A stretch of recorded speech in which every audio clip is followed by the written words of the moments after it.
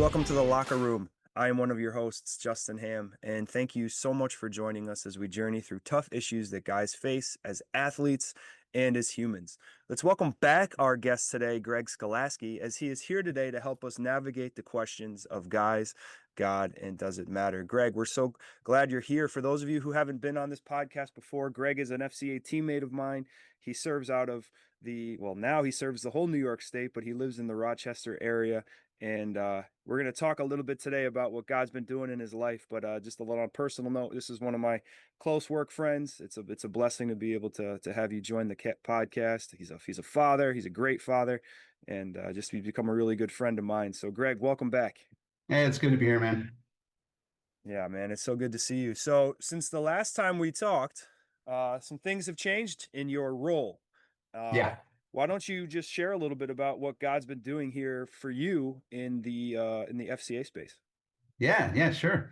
So, yeah, it's great to be here. Thanks for having me on. So for the last 2 years, I've been an area rep for FCA Action Sports in the Rochester region, and it's been an amazing time, foundational time. Just really doing ministry out there at the skate parks. So Action Sports incorporates skateboarding and snowboarding and BMX and mountain biking and all those personal sports. And it's just been awesome to kind of work in that arena at the foundational level and making relationships in the area. We've broken ground with camps. We're doing the Bible studies, the weekly skate huddles, and just really doing life with these guys and getting to know them. And it's like I said, it's been a foundational thing, and the relationships are growing. They're going deeper. And I feel like I barely even scratched the surface in Rochester. And like I said, it was part-time. Maybe I didn't say it. I've been part-time for the last 2 years, but God really worked on me to go full-time.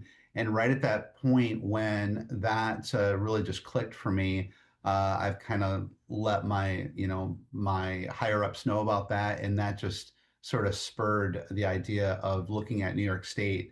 And so one thing led to another. It was probably 3 or 4 days after I announced that I was gonna go full time, and the opportunity for state, eventually being a state director of Action Sports came up, and so I accepted it, and God just said yes, yes, yes, all the way, green lights. So the new focus is there. So That's amazing. So, of that, stepping into this new role, what is something that you're looking forward to the most? man, I think what I'm looking forward to the most is the duplication. And like I said, I feel like I just scratched the surface with camps and Bible studies and discipleship within the Rochester region. I mean, my flesh is saying, "Oh, I haven't done enough. I Mhm. haven't done enough yet." But what's amazing to see is the New York State, and even at the national level, just the encouragement that I've gotten from those leaders, that they speak into my life and to the ministry, and they're saying, because I've expressed that, and they're like, we get it, Greg. We love what's happening in the Mhm. Rochester region. We want to see that duplicate around New York State and around the Northeast eventually. And so, what I look forward to the most is really just speaking into younger leaders' lives and just seeing someone that has potential and seeing that potential grow. And so I love pushing people even far beyond the things that I've ever done or the capabilities that I have. So that's what I look forward to the most, is just encouraging people and seeing new leaders emerge and go on to do even bigger, better things than I've been able to do throughout um, my career and everything. So Mhm.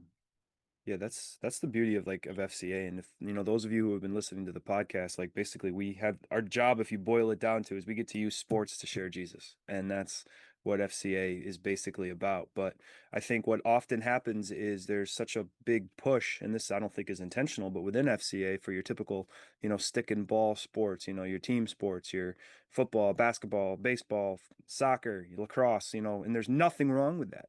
But No. in the process of that's leaving out an entire population that may be interested in other things, whether it's FCA outdoors or now with what you're doing, like action sports. So what I think is cool to see from my perspective, looking out outside looking into it, is there's a whole group of leaders now that you're going to be able to tap into that, yeah, sure, maybe they do other sports, but maybe they don't. But now that they're part of it now, and you have an opportunity then to harness that power to then also, what our goal is always is to share Jesus. Yeah, yeah, I love traditional sports. I played soccer in junior high, high school, and even when I was in the Navy, I traveled around the world and did Goodwill, different games with soccer. And I love soccer. I played basketball, ran cross country and everything, and I loved all of it. But I was always thinking about skateboarding and snowboarding. So, Sure, and sure. that's kind It's of your like my passion. yeah, Yeah. my people, the people that I felt the most comfortable with, and I can be myself with were those guys that were not driven by like a coach yelling at them. Not that there's anything wrong with that coach relationship because that's what FCA is all about. That mentoring relationship is just so important, but it does exist within the action sports as well. But the drive comes from inside in a different way Yeah. when you're trying a trick in skateboarding or snowboarding and it's just it's a cool thing to see. These guys that they have this internal drive and being able to see the potential there to harness that and have that be fostered for the kingdom. So they Mm, have an internal drive to share Christ. They have an internal drive to right. do these things for reasons that are just maybe a little bit outside of what the typical might look Yeah. like. I did want to share one thing really quick. Um, Yeah, I was please. I was given the opportunity to go to an international conference called ACTA out in San Diego, in Carlsbad, California, actually. And so it was all these different action sports ministries that come together from around the world and encourage each other. And one of the statistics that was shared the first session was, I'll never forget, it was up on the screen. 400 million people around the world are involved in some type of action sport right now. And out of Wow. those 400 million people, um, they are about 84% unchurched. Wow. So that, like, you just letting that number resonate, that is by mission standards, that's an unreached people group. Oh, yeah. So the Wow. opportunities there are just massive for the kingdom. And That, that's what drives me, mm, and seeing locally and even internationally, just the opportunities that are there are unreal. And what's interesting is the world sees it. The mm, world that they're organizing themselves to be community minded and have BMX camps or mountain biking yeah. or skateboarding or whatever. The world is seeing how they need to come together and be like minded, and they're doing wonderful things in and of themselves, but they're missing Christ. So Yeah. they get the neurodivergent community and Hmm. the people with ADHD and autism, and they get the need for this camaraderie and this togetherness, but they're missing the Christ, the God element of it. And so that's Mm. what's definitely driving me. So this is probably a question that maybe you don't even know the answer to, but it's just when listening to that stat, I wrote it down. 400 million people worldwide are involved with action sports, and of those, 84% are unchurched. What do The you, what, 84%, I'm not completely sure, but it's somewhere around there. yeah, so we'll call it well over half, just that way we're not Yeah, we could be wrong and still be a little okay. What yeah. do you think it is? Is that an action sport thing? Is that a culture thing around action sports, or is that just a coincidence?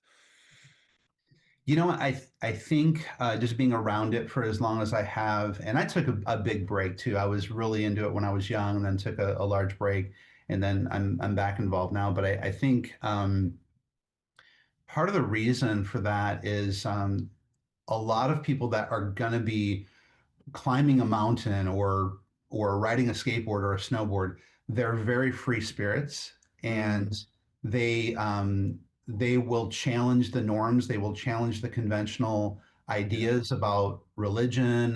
They'll go against, I mean, the sheer nature of action sports is a little bit rebellious.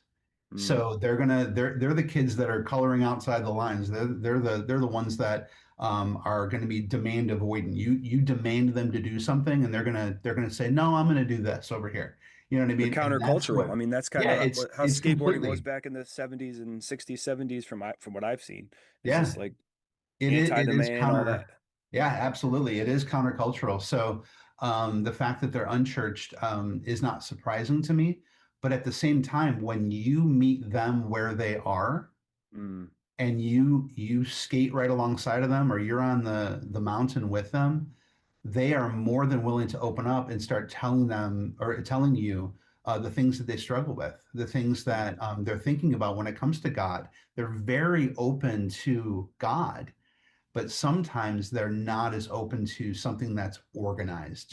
Yeah, Just makes like a sense. sports team is so organized and it's so performance driven, they're going to say, I don't want to do this for necessarily a whole team or a coach or I'm doing this for myself, but really they have an internal drive that is God that they're ready to tap into. Mm. They just need something that's so authentic and different. The approach is different for them to say, you're one of me, you're one of Yeah, us, and I'll listen to anything you have to say because I've seen you fall down and break a rib or whatever, just like I have.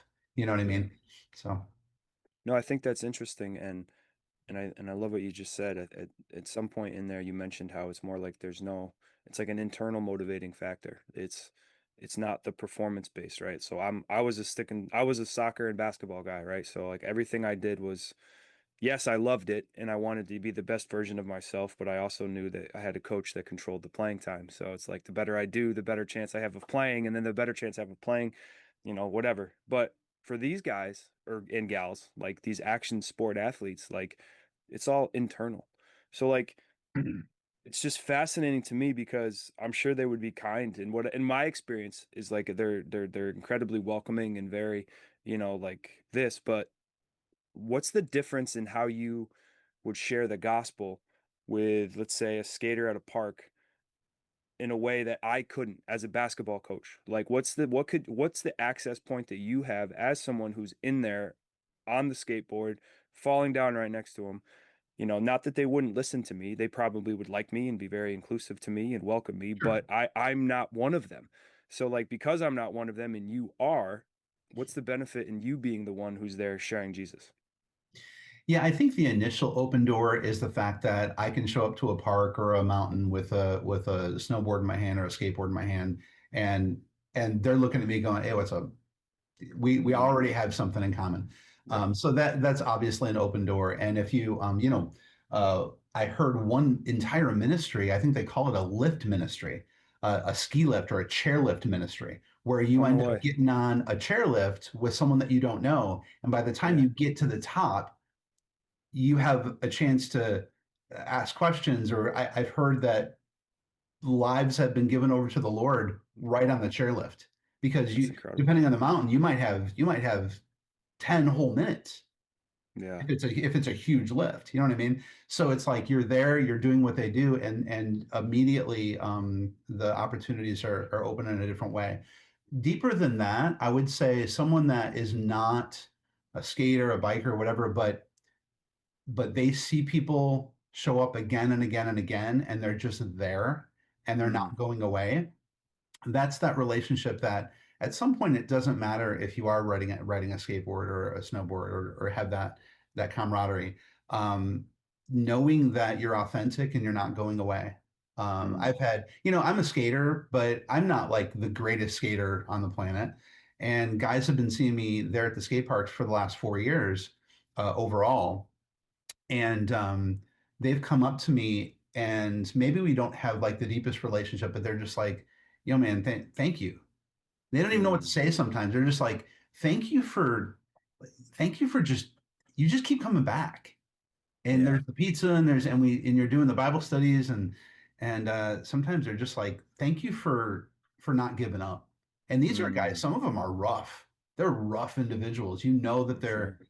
they're off doing other things, and they know that you know that they're off doing other things, and yet they come Yeah. back and they're just like, I'm if there's anyone at the park that they're going to go to if there's a problem or they need an ear, they're going to come to me, and they have, Yeah. you know. That's amazing. Well, that's incredible, and that speaks to it. And honestly, there's probably a lesson in there as a coach, right? It sounds like they value the attempt more than the result, right? Like they're valuing the fact that you're there, you're showing up, the consistency. It's not about whether if you can land the trick or go down the mountain, whatever the sport might be. It's just the joy is in the process, not the result. And as a coach, I probably should remember that the result isn't always the most important thing, Yeah. but what I also love about that too is it to me it's like a clear picture of what you're doing, and I mean what we're all doing in FCA to a degree, but you're right, like these some of these people might be the rough and tumble kind that counterculturally, the world might look at and be like, yeah, they're a little scary or they're a little whatever it might be. But I believe those are the same people that when Jesus was here, those were who Jesus would go to.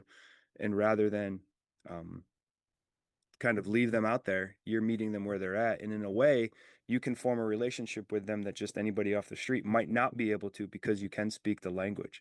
So I don't know if you have like a story that obviously I would love for you to share. If you can share as much or as little, but what's been one of your most impactful relationships that you've been able to develop with maybe a skater or snowboarder throughout the last couple years?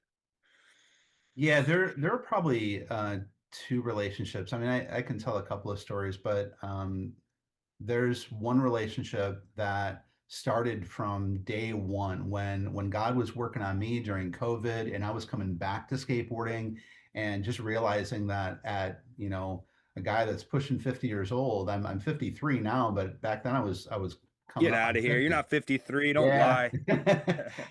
Yep, 53. And Wow. and so I was coming back to skateboarding, and there was this guy named Anthony Mm, that I met at the skate park that very first day, and he was so encouraging. He was just like, man, it's amazing, and he was just like an immediate fan, and he was just mm, encouraging me. And this guy was like 20, I don't know, 20, 21 at the time, and I kept seeing him everywhere I went. And they call me Rusty Bones. So like I would show up at a skate park and it didn't matter where it was in the region. It's just like there was Anthony. He was like Rusty, and he's just so excited to see me. And he started coming to the different drop-in, we call them drop-in sessions. And he started coming and he started volunteering and he was encouraging everyone. And he ended up getting we give the Skater of the Year award away, and he got that just for being so encouraging. And slowly but surely, he's been giving his life over. And he had a wow. baseline understanding of God, but he's giving his life over to the Lord. And it's like it's the long game. You know what I mean? Hmm. And now he's at every Bible study. He's at every event. He's ready to volunteer and do anything for what we're doing, even with FCA. Wow. And that's just one of those long-term relationships that's exciting to me. And he's committed to the Lord too, to doing this. um, the other story would be the one that I've shared before, but the local skate park that we have. um, it's the indoor park, I should say. The owner, he is very vocal about being an atheist, or he has been in the past. And Okay. when I first met him, and I was kind of sharing, we love to do these like youth nights and Bible studies and things like that, and he's just like, dude, okay. First of all, I'm an atheist, and second of all, yeah, you're coming on like I don't even know what you're talking about, and and maybe we'll see if you're around in a year, and see if Hmm. we can partner together or whatever. Because I was kind of talking about doing contests and doing things like Sure. that, and he's just like, let's see if you're around in a year, because I have a lot of people come in and talk a good game, and they're not even around. And so I was just like, dude, yeah, like that's totally legit. You have a point, and I wasn't like, oh, you'll see, I'll be around in a year. I was just like, I'm gonna show you. dude, dude, like you really have a good point. You It's a don't know legit me at point. all. So I just committed to just showing up and coming back again and again. And eventually it was like we started being asked to host events and judge skate contests. And he ended up opening the doors and saying, "Hey, you can have your Bible studies here. You can bring in your pizza." And so at this indoor skate park during the winter, that's our place to do our ministry. Amazing. And sometimes he's coming up, and then we ended up, my partner, my pastor friend and I, we ended up on his podcast that was he's got this Patreon subscriber base of like, it's huge. He's got like 10,000 followers on Instagram, and like a lot of people watch his podcast. Did I tell you this story before? I feel like I I might think have. you told me. I don't think you put it Yeah. on the podcast, but yeah, I don't Okay. think our listeners haven't heard this. Yeah, so we ended up on this podcast, and it's like this long form 2 hour podcast, and we're talking about politics and skateboarding and just everything but religion. But then into hour two, he's like, "All right, so tell me, you got this group. Is it a youth group? What is this all about? And, you really are like, are you Bible thumpers? What's going on?" And he was really open to just sharing and just dialoguing. Yeah. And by the end of that second hour, he was asking questions. We full on shared the gospel. It's amazing. And I was in the middle of a story of praying for this kid that fell and got hurt. And he stopped me and he said, "You know what? Let me stop you right there. I didn't think I was going to say this to you guys, especially, but last night, for the first time in my life, I prayed." No way. And it was like on the chat in the podcast, people are just like, "Go, man, you rock. Awesome. I prayed too." And it's been years since I Wow. prayed. And, all these, it's like it went from one kind of environment or one kind of feel to Mm. everyone was engaging.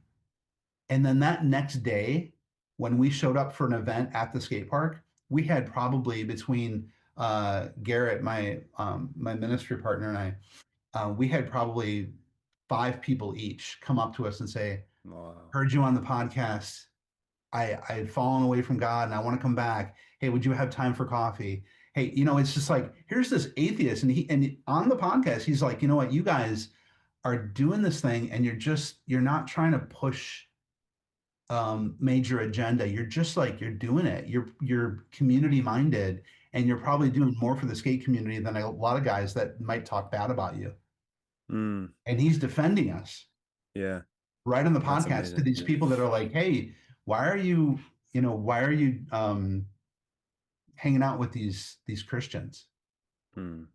You That know? just So that story just goes to your point though, like just that consistency of showing up. Like I don't know his name, and maybe I don't know if we should say it, but either way, like the fact that initially his response to you was, well, "Let's see if you're around in a year," and then over time, because you showed up, you were consistent, you were faithful, you did the little things well. God continued to bless that relationship, and now you get to use that. That's an incredible story, yeah. and that's what God's doing right there in that Rochester area. So now that you're stepping into this statewide, what are some of the goals that you have for the next year, 2 years, big dreams? Like if God could say, "Greg, whatever you have, you can get." What are some of the things you would ask God for?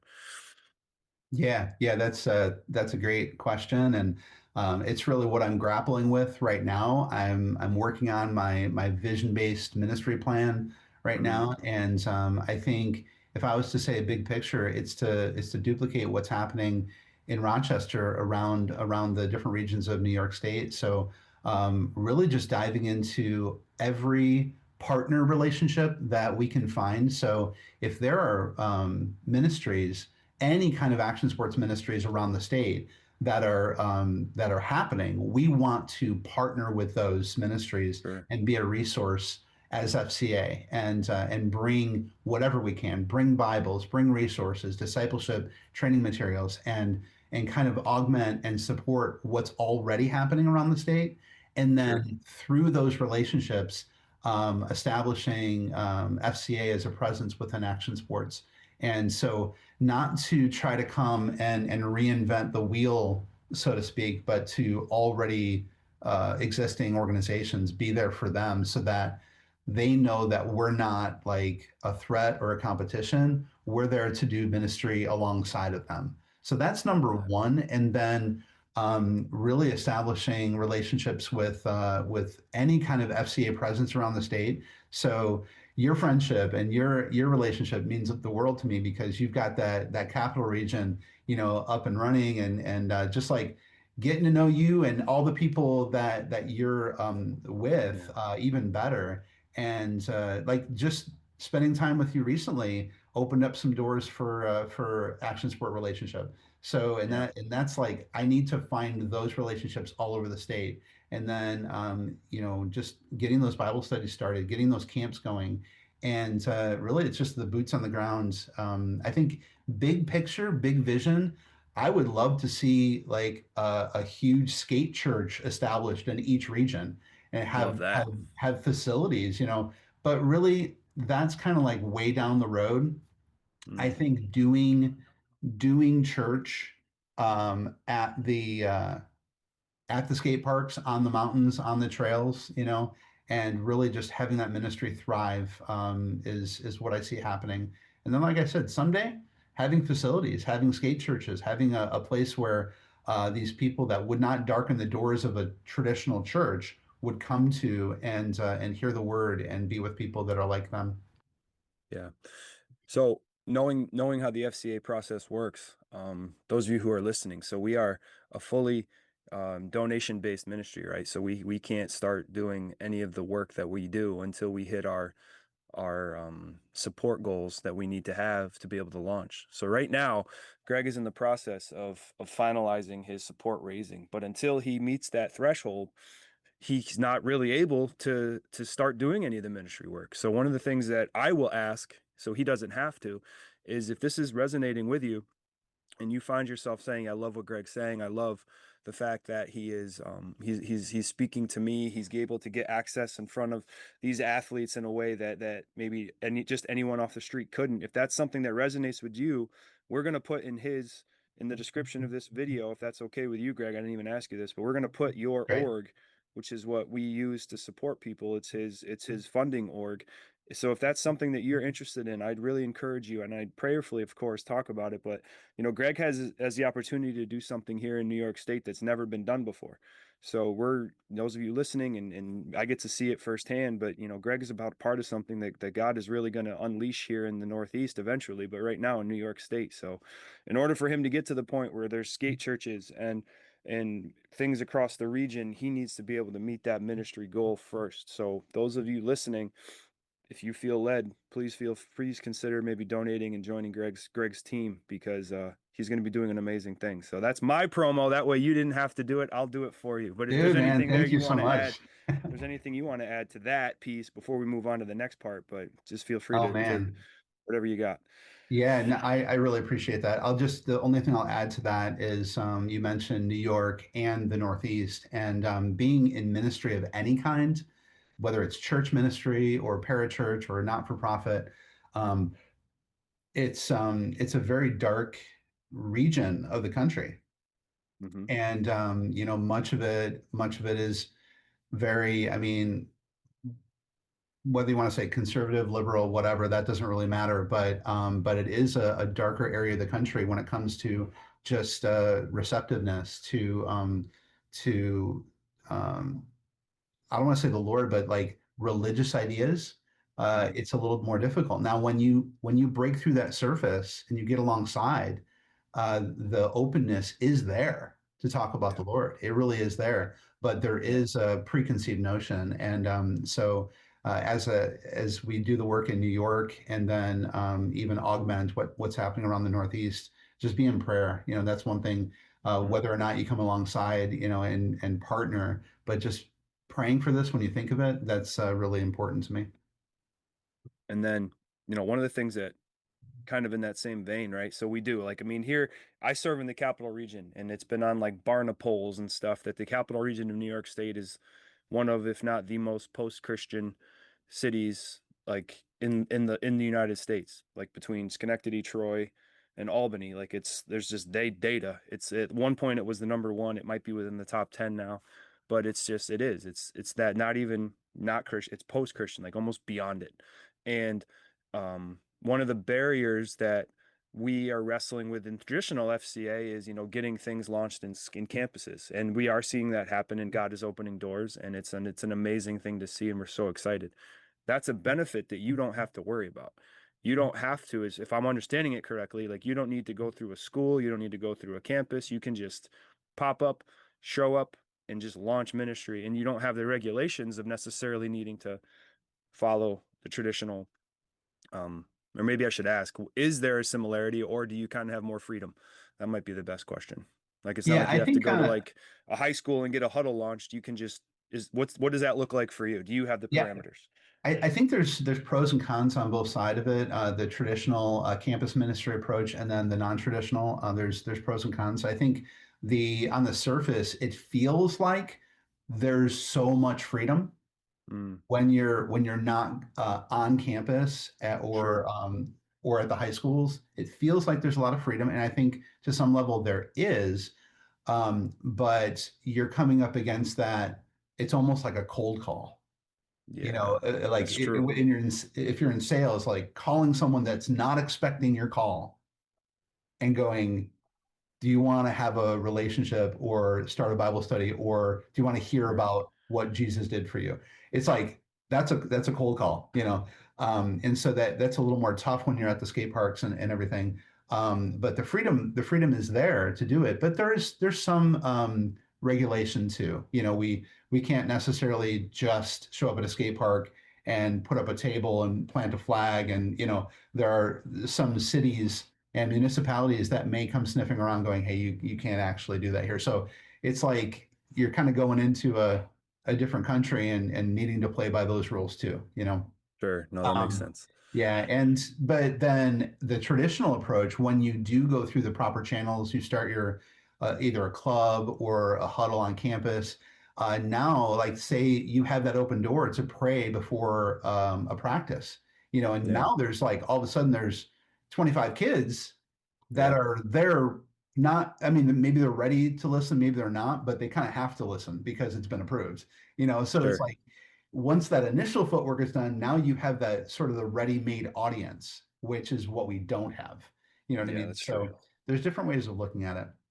And in hearing that obviously is, I don't know what I was thinking, but like the benefit of having a coach in a school is they kind of know where the kids are at already, and then they can connect with those particular students that might already have a faith or leading towards that. Like to your point, at a skate park or on a mountain, you're kind of hunting and pecking until you find the, hey, what do you think? What do you think? And Yeah, that's so I think the way that relates is the kind of the old FCA or the older target was to and through the coach. right. So it's like you get that relationship with the coach, you have them really on fire for the Lord, and that's going to filter down to their teams, and Right. that supports exactly what you said. Right. They know where the kids are at, they know what's going on, they know the inroads to the kids. So kind of remembering that and having that translate over into action sports, identifying those guys that are out there doing this that maybe they love the Lord, maybe they don't know the Lord, but they're really great at what they do.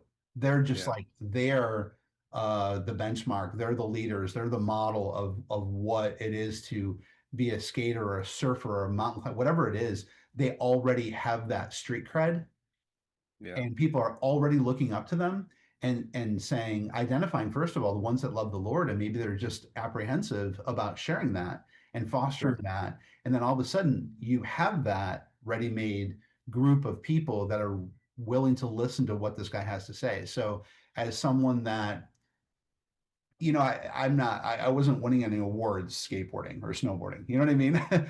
Sure. So it's like it's much more relational for me. But identifying those guys that really are great at what they do, and that love for the Lord can be fostered, and they can start sharing.